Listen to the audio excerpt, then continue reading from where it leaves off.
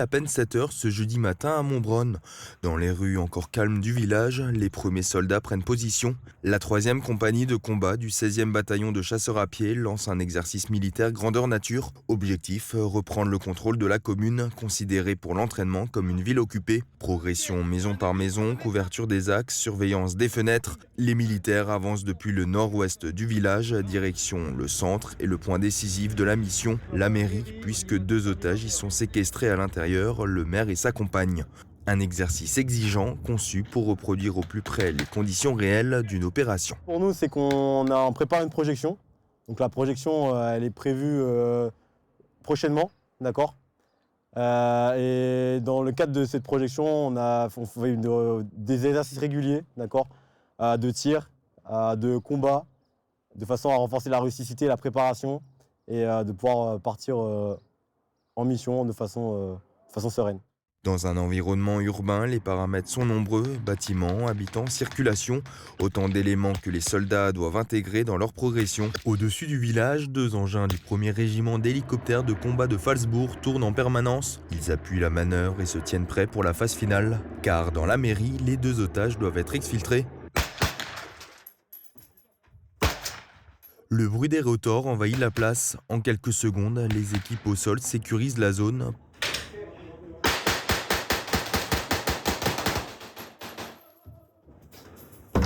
Vous êtes rentré, vous avez reconnu ici ou pas là? Ici? Ouais, ok. Deuxième pièce. Pendant que les 2 otages sont extraits vers l'hélicoptère qui les attend.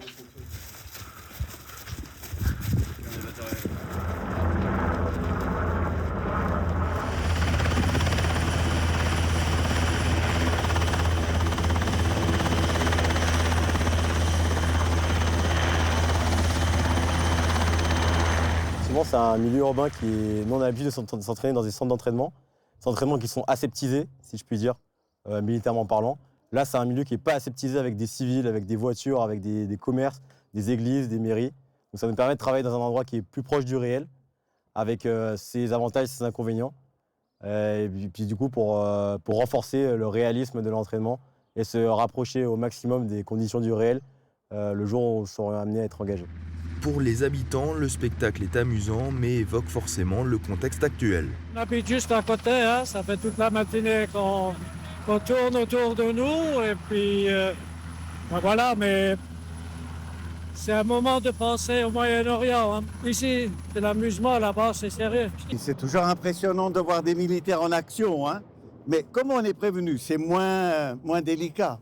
C'est vrai que si j'avais vu tout ce beau petit monde circuler dans la rue sans savoir ce qui se passe, je me serais posé quelques questions. Mais c'est tout. Je voyais les militaires qui arrivaient, je voyais d'autres qui étaient allongés à ras-le-sol. Je me suis dit, pauvre, il fait froid. On voit la guerre à la télé et on voit les exercices sur place. Une immersion militaire en plein centre-ville qui se déroule environ 1 fois par an pour cette unité. Un entraînement en grandeur nature essentiel pour préparer les soldats aux opérations réelles.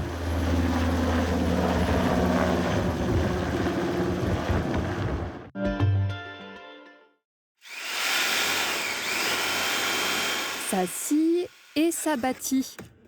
À Ambar, le complexe sportif est en pleine transformation. Dans le grand gymnase, les pierres s'alignent pour former de nouveaux murs d'isolation. Au centre, des fenêtres double vitrage seront bientôt installées.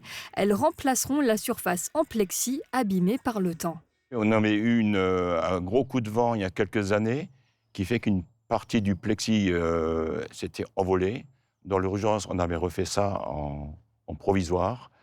Mais provisoire, il ne faut pas qu'il dure toujours. Donc là, on en profite pour tout remettre en état. Plus en hauteur dans le bâtiment, les ouvriers s'activent pour isoler les combles avec de la laine de bois.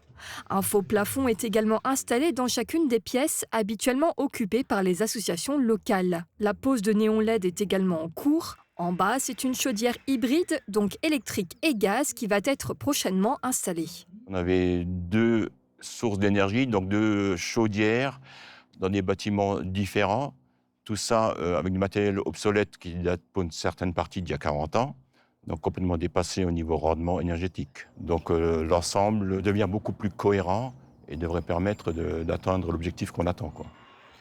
Coût total du chantier, 1 300 000 € TTC, cofinancé par la région Grand Est à hauteur de 264 000 € et en attente de subventions européennes. Ces travaux doivent permettre à la commune de réaliser des économies d'énergie sur le long terme. L'économie attendue, pour nous, est d'au moins 40%. C'est le minimum qu'on attend, qui est demandé au maître d'œuvre.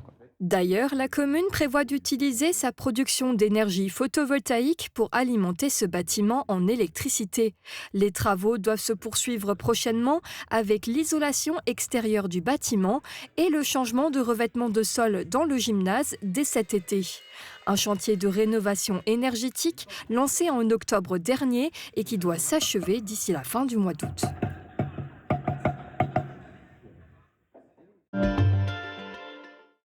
Le restaurant du Golfe de Beach retrouve ses saveurs. Véronique Tinès, déjà à la tête du restaurant du Moulin des Juilaires, s'est lancé un nouveau challenge. Elle a pris les rênes de l'établissement, appelé désormais l'Albatros. Un lieu qui peut accueillir les amateurs de golf et les gens de passage. La gérante y propose des plats traditionnels. Elle est épaulée sur place par Cathy et Ezo. Sur ce plateau géant, les questions fusent, le mélange entre vie professionnelle et vie personnelle, les clichés sur certains métiers ou encore les inégalités salariales. À l'occasion de la Journée internationale des droits des femmes, Cap Emploi à Sarreguemines, en collaboration avec le Centre d'information sur les droits des femmes et des familles de Forbach, a réuni des personnes en parcours de réinsertion. Ensemble, elles ont participé à un jeu de loi géant. L'objectif, briser la glace, mais surtout déconstruire les stéréotypes. Cette action est en fait une sorte d'avant-première avant la Journée internationale du droit de la femme du 8 mars. Donc c'est une manière ludique d'aborder une thématique sérieuse et je suis ravi que nous puissions accueillir un public aussi nombreux, composé d'hommes et de femmes dans une belle proportion. Le pari du public mixte est donc réussi, l'occasion de confronter les différents points de vue, y compris pour ceux qui évoluent dans des secteurs d'activité où les stéréotypes sont parfois présents. Chercher une mixité, et surtout pour redévelopper mon travail dans le métier des espaces verts. Ça veut dire que, en gros, qu'on peut travailler ensemble même si on est des sexes différents, quoi. Pour les participants, gagner la partie aujourd'hui n'est pas une priorité. Pour eux, le véritable objectif reste d'appliquer ces réflexes d'égalité au quotidien. Radio Studio 1, 105.8, la radio qui pulse entre Beach et Sarreguemines. De la pop, du rock, des années 80 et une équipe qui vit la musique à fond. Radio Studio 1. Super U Rohrbach vous accompagne au quotidien et par tous les temps. Il fait trop froid pour sortir faire les courses? N'hésitez plus, commandez en ligne, on s'occupe de la préparation. Drive ou livraison, disponible en toute saison. La météo avec U, commerçant autrement. Bonjour tout le monde, le beau temps sera au programme pour tout le week-end. Demain, le soleil sera encore au beau fixe avec des températures qui remontent encore. Les minimales iront des 4 à 5 degrés et les maximales de 18 à 20 degrés. Demain, nous fêtons les félicités et il fera jour de 7h05 à 18h27. Nous gagnerons 4 minutes de soleil. Passez tous encore une belle journée et un excellent week-end.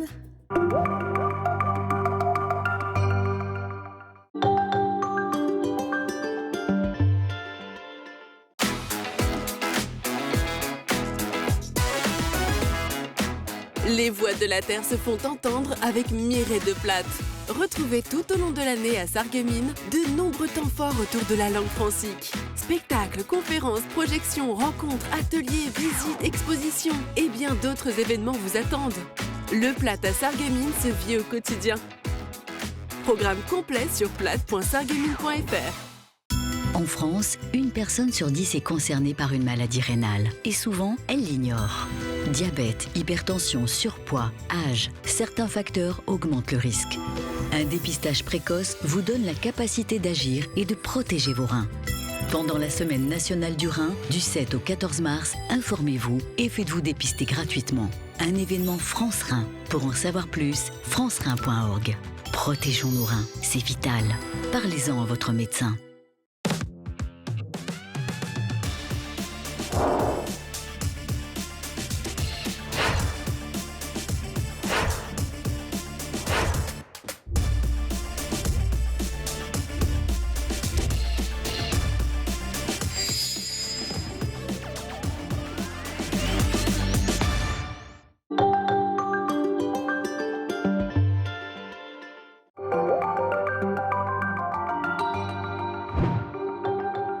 l'approche du scrutin du premier tour des élections municipales, Mosaïque Cristal vous propose 2 grands rendez-vous. Ce samedi dès midi, un débat avec les têtes de liste qui se présentent à la municipalité de la ville de Beach. Et ce dimanche dès midi, un débat avec les têtes de liste qui se présentent à la municipalité de la ville de Sarreguemines. Découvrez leur liste, leur programme et leurs ambitions pour chacune de ces 2 villes ce week-end sur Mosaïque Cristal.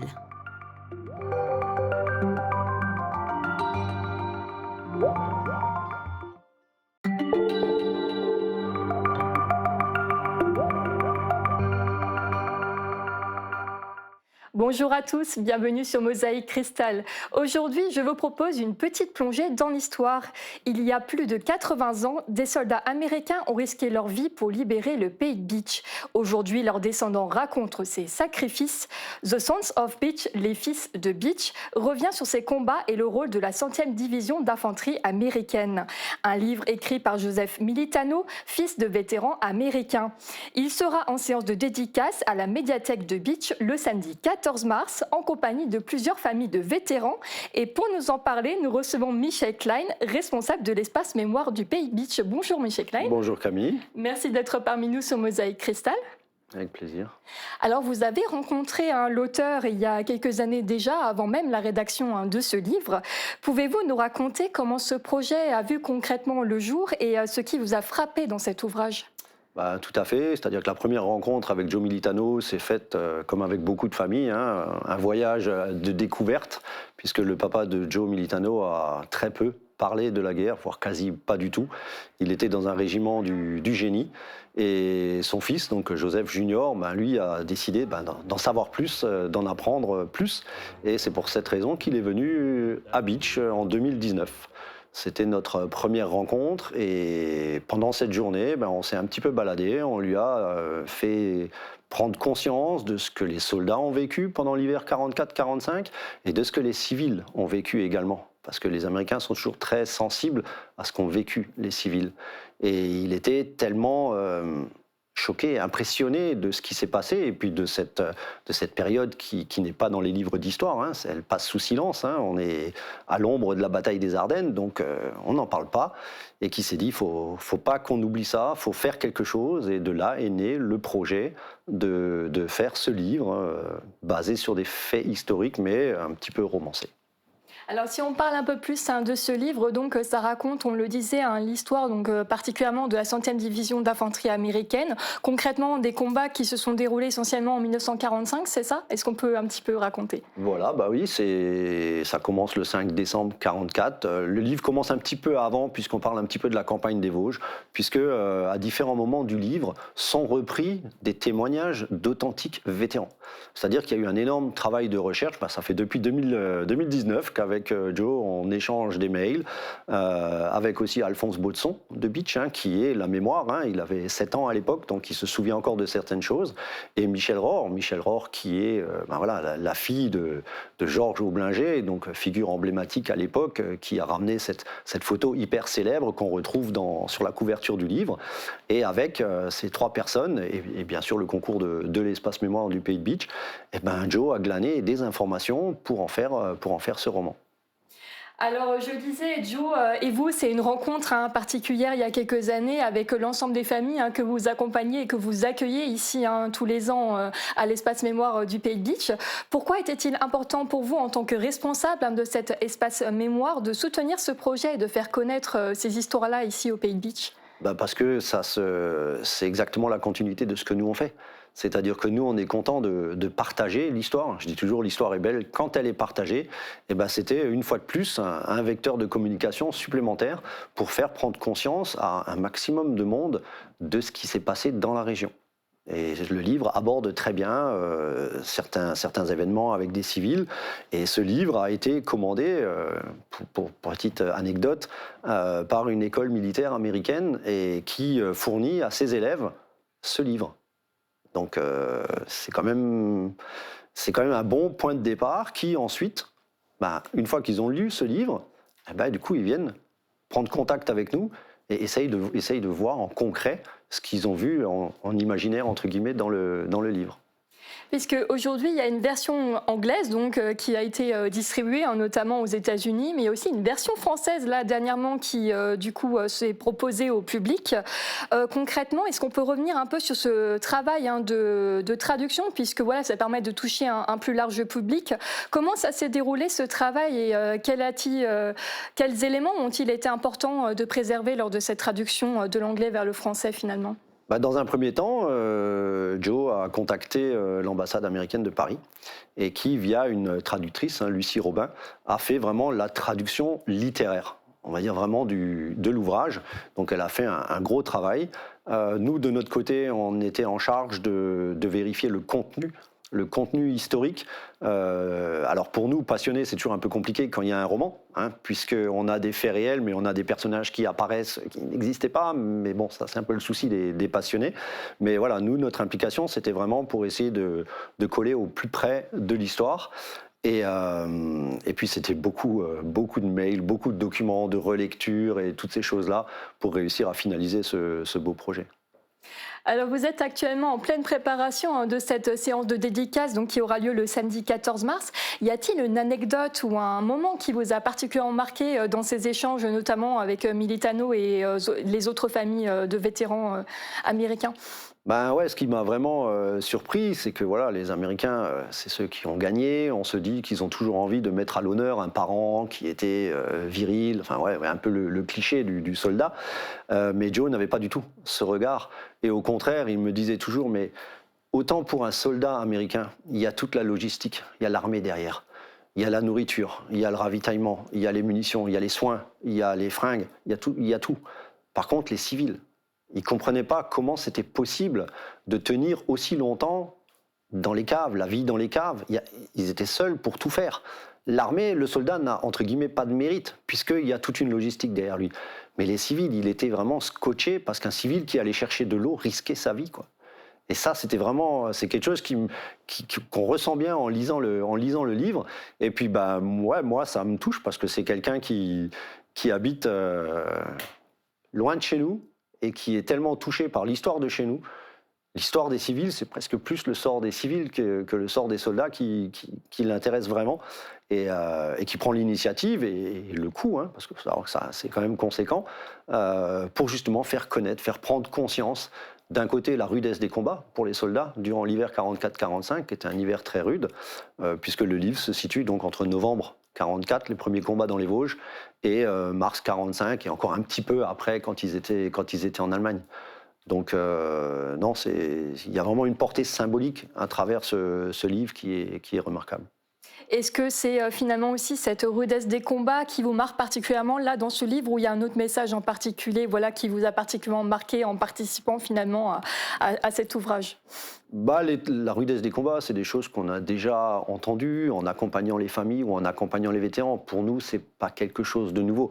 Mais quand vous donnez ce livre à des familles dont les parents ont très peu parlé, puisque beaucoup de familles, on a encore accueilli une famille la semaine dernière, étaient déjà en train de lire ce livre. Donc aujourd'hui, ce livre, c'est vraiment le point de départ des familles de vétérans qui ont très peu d'infos par rapport à ce que le papa racontait. Et c'est vraiment le premier élément de la démarche mémorielle qui vont les emmener par la suite dans le Pays de Bitche.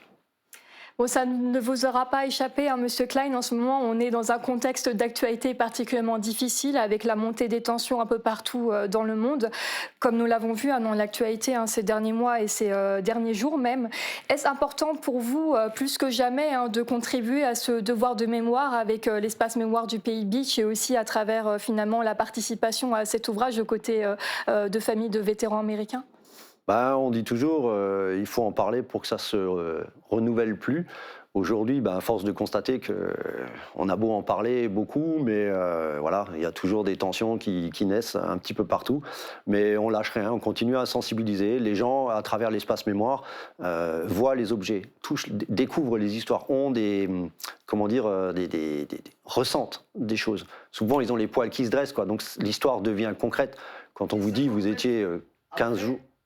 Quand on dit que vous étiez 15 jours sous les bombes, ça ne parle pas.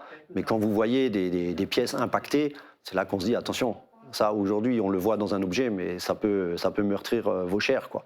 Et donc, non, c'est vraiment important de continuer d'en parler pour que, du coup, les gens relativisent un petit peu par la suite et se dire, non, mais attends, est-ce que c'est vraiment nécessaire d'aller au clash ? Voilà, on peut peut-être un petit peu relativiser, comme ça, c'est gagnant-gagnant, quoi. Eh bien, le message a bien passé. Merci beaucoup, Michel Klein, d'être venu parmi nous sur notre plateau pour nous partager donc ce nouveau livre, donc qui sera présenté donc lors de la séance de dédicace. On le répète, le samedi 14 mars à la médiathèque de Beach. Joseph Schaeffer, du coup, à Beach. À noter que l'ensemble des recettes de ce livre donc seront reversées à l'espace mémoire du Pays de Beach pour que ce travail de recherche sur ces histoires locales en rapport avec la Seconde Guerre mondiale se poursuive ces prochaines années. Merci à tous d'être parmi nous sur Mosaïque Cristal et je vous souhaite à tous une très bonne journée. À quoi ça sert ? De toute façon, ça ne sert plus à rien. C'est quoi le conseil municipal ? Ah bon, le conseil municipal. Le maire, c'est pas moi qui décide de tout. Mais le maire, c'est vraiment lui qui décide de tout. Bienvenue au cœur de votre premier conseil municipal. Nous nous sommes quittés dans le dernier épisode à l'issue du dépouillement, avec donc une liste qui était vainqueur à l'issue des municipales. Il faut donc maintenant qu'elle s'installe, qu'elle prenne possession de son nouveau rôle ici à la mairie et surtout qu'on puisse connaître le nom et le visage du nouveau maire. Car vous vous souvenez, non, au cours des municipales, vous ne votez pas pour votre maire, vous votez pour une équipe municipale et c'est cette équipe ensuite qui va décider qui parmi elles va endosser le rôle de maire de la commune. Alors comment ça se passe ? Eh bien je vous propose une petite émission en 2 temps. On va d'abord commencer par essayer de comprendre le procédé justement de cette élection au cours d'une séance d'installation et ensuite eh bien, nous verrons qui peut justement devenir maire, qui peut prétendre à cette fameuse écharpe tricolore. On commence donc par le déroulé. Cette séance d'installation, c'est donc le tout premier conseil municipal de la nouvelle équipe qui est élue dans votre commune. Cette fois-ci, on ne va pas avoir besoin des isoloirs comme quand nous allons voter. En revanche, l'urne est en général présente au cours de cette séance puisque nous allons à nouveau procéder à un vote à bulletin secret. Tout commence quand même d'abord par l'arrivée de l'ancienne équipe municipale, en tout cas de l'ancien maire, qui va être le président de séance sur un très court instant. Il va arriver, il va installer les nouveaux conseillers municipaux dans leur nouveau mandat et ensuite il va passer la main. Ça y est, c'est terminé pour lui. Sa mission de maire du mandat précédent est finie. C'est le doyen des conseillers municipaux en place qui va devenir le président de cette séance d'installation. Et c'est lui qui va donc procéder à l'appel.